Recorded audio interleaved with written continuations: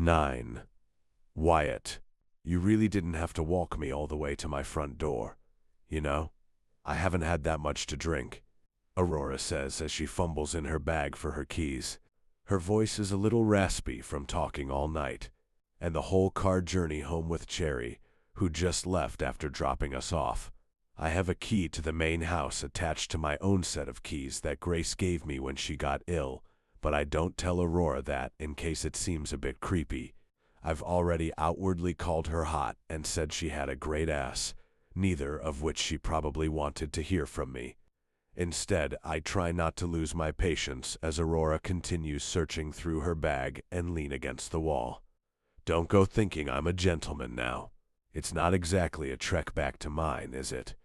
Aurora flashes me a look that's half scowl, half smile, amusement dancing in her eyes. Gotcha, she shouts, yanking the keys out of her bag, turning to smile at me like she's expecting a gold star for such an achievement.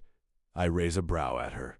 Besides, I'm actually here to make sure you don't start playing the fray all night while sobbing again. I'd like to get a few hours of sleep at least. Aurora groans and leans her head against the door. I was kind of hoping you'd forgotten about that. She stays silent as she rests there, save for her soft breath, and I'm worried she's going to start crying again. I'm not good when people cry. Growing up, we were always a just gotta get on with life kind of family, not a sit and dwell on your feelings one. I think it's why I always go into solution mode when people are upset, wanting to figure out how to make them feel better so the emotions stop. Yet, even though I most certainly do not want to talk about it, suddenly I'm asking, do you want to talk about it? Aurora sniffs, then turns, furrowing her brow. To you, I should be insulted, but I totally get it. I wouldn't want to talk to me about how I'm feeling either, especially if I was Aurora.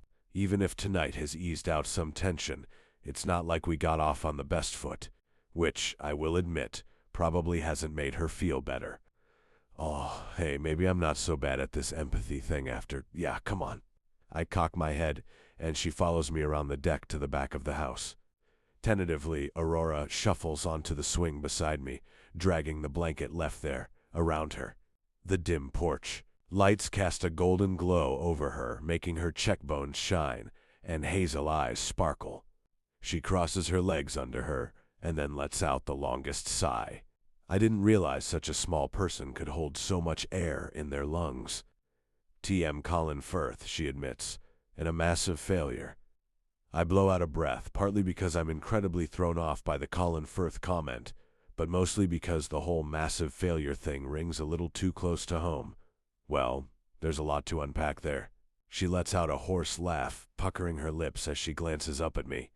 Since we sat, she's been leaned slightly forward, not fully relaxed into the seat, but now she slumps back, the swing moving with her. Let's start with the Colin Firth thing. Aurora smothers her face in the blanket. I caught my boyfriend cheating on me. Oh, damn. Okay, maybe she isn't living the coziest of lives right now like I first thought. I'm starting to feel even worse for being such a dick. Especially since I'm the poster child for heartbreak, so I know how awful she is probably feeling. Well, that's shit. It also explains the guy disappearing from her Instagram. What's that got to do with Colin Firth, though? Her head shoots back up, like how he gets cheated on in love, actually. Never seen it. What? Aurora's jaw drops. It's one of the best Christmas films like ever. We will simply have to watch it? I frown. I was kind of hoping you'd be gone by Christmas. When Aurora's mouth pops open again, I immediately regret saying it. Though it was said in jest, I doubt she would believe that. But then she jabs me with her elbow and laughs. Rude.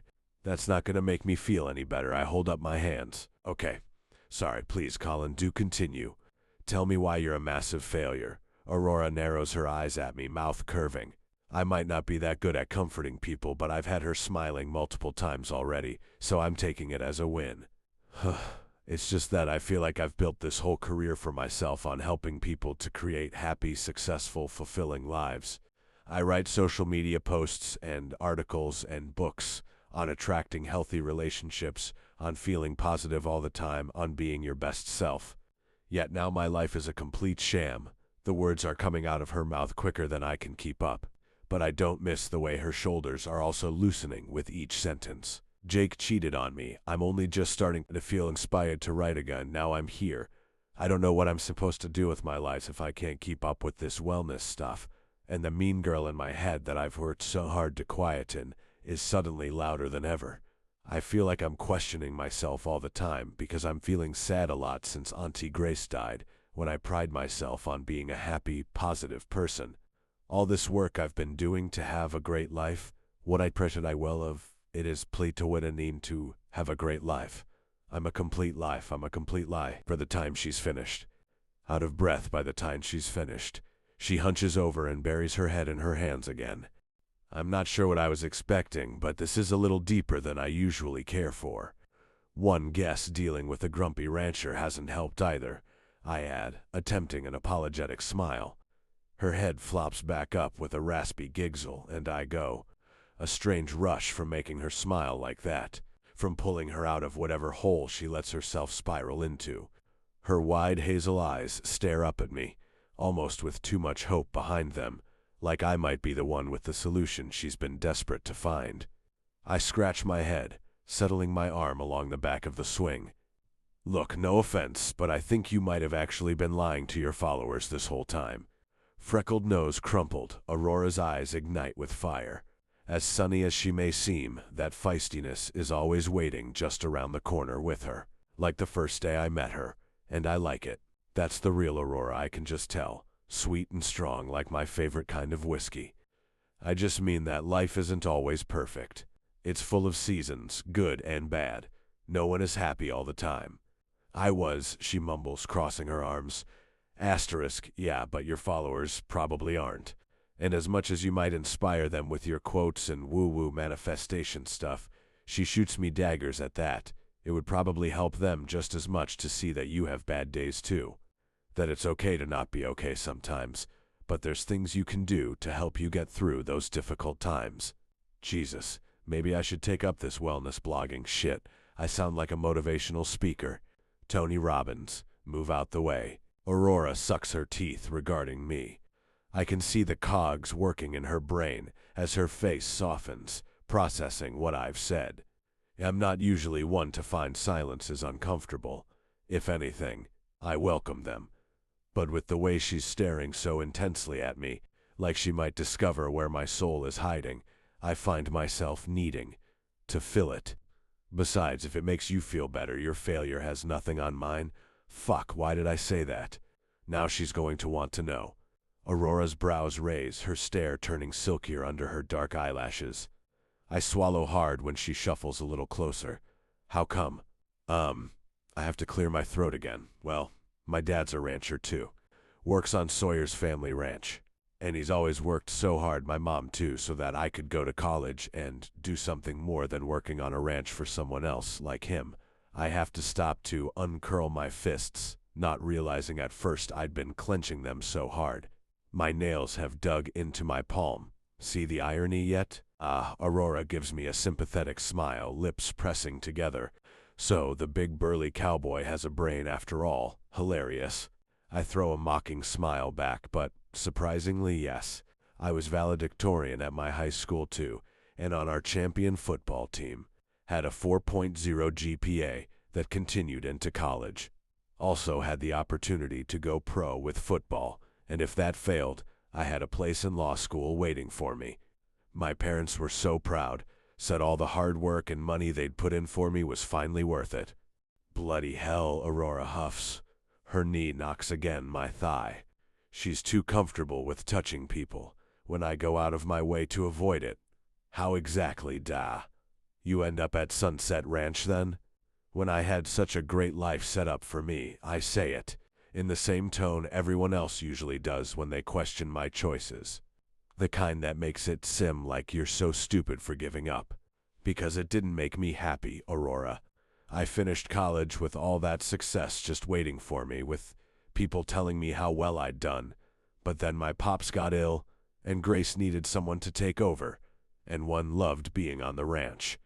I also had to have surgery on my knee in college, so that gave me a good excuse to stop the football, even though they said I could still play.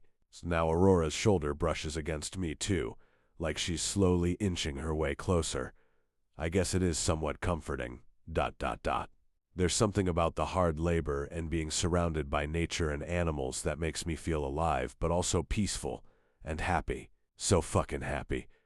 I look out at the peaks ahead and the night sky between them splattered with stars. But these days, success doesn't seem to equate to happiness, so people think you're failing when you're not. And that sucks. Success doesn't seem to equate to happiness, Aurora repeats under her breath, then lets out a scoff of a laugh. I've probably bummed her out even more now with my sob story. But I can't pretend it doesn't feel good to let all that out after so many years of holding it in. After just grinding my teeth down, learning not to react to the comments people make. Old friends gloating about their city jobs or whispering about how they expected more from me after high school. My parents reminding me of everything they gave up for me, meaning there was less for my siblings. It's why I've always worked extra hard to support Hunter and Cherry through college, too. It's why I helped Hunter get gigs when he was younger, before he got his record deal. It's why I convinced Duke to give Cherry a holiday job so she could earn her own money, too, and help him decorate the bar as experience for her degree. Oh, I add, because the alcohol in my system decides that, as I've gone so far already, I might as well confess all my embarrassing stories. I also came back for a girl. With an amused gasp, Aurora spins around, tired eyes lit up. Wait, you have feelings? I'm so invested now, she wiggles forward, touching me in too many places. Her tongue darts out over her strawberry lips, leaving them shining. Yep, my high school sweetheart, Holly Slade. We did long distance for the whole of college. Then she got a job teaching back in Willow Ridge. It was more reason to come work here. 1 month later, she left me for some fancy lawyer and moved to the city with him. Said she needed someone with more ambition. She texts me every now and again to check if I'm still a rancher. I hate the way Aurora's face drops. I don't need anyone's pity. I wouldn't have been happy with Holly anyway, always trying to be the person she wanted me to be, rather than who I truly was. I just forget to remind myself of that sometimes. Aurora makes a noise of disgust. Wow, what a dick move from Holly Slade. If it helps, I get it. The happiness thing. I know some people make fun of what I do for a living. She nudges me, tipping her head up to raise an accusatory brow at me.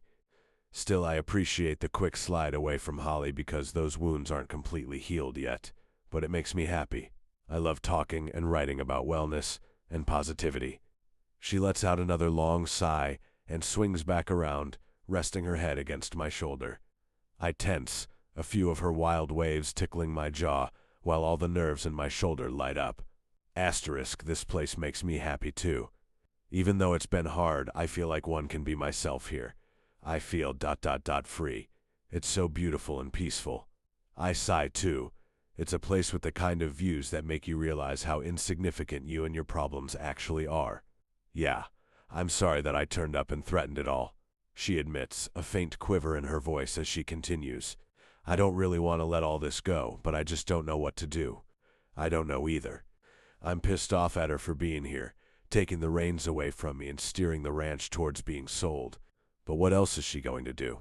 She's not going to stay here in Willow Ridge. She belongs elsewhere. Even if I hate to admit it, selling probably is her only choice, and I'm sorry for acting like a dick. Aurora huffs out a little laugh, nuzzling her head into my shoulder again. You're forgiven. We sit in silence as I move the swing gently with my foot, both staring out at our surroundings. It's a weirdly comforting feeling when someone else gets you, and it's even weirder when that someone is Aurora Jones. I should probably get going, let Aurora sleep, so I shift to start moving when I notice her breathing has deepened. I look down, and there she is, eyes closed, pink lips parted, the corners tipped up ever so slightly, asleep on my shoulder. Of course she smiles in her sleep. She's still bathed in the orange glow of the lights, the freckles all over her golden-lit skin reminding me of the constellations I was watching seconds ago. Her waves are tucked behind her ears, save for a couple of loose ones that tumble across her cheek. I want to brush them away, but I also don't want to move and wake her up. She looks so happy, so peaceful, so beautiful. God damn it. Instead, I sit back and continue staring out at the midnight-drenched valley ahead until one drift off to the rhythm of Aurora's breath.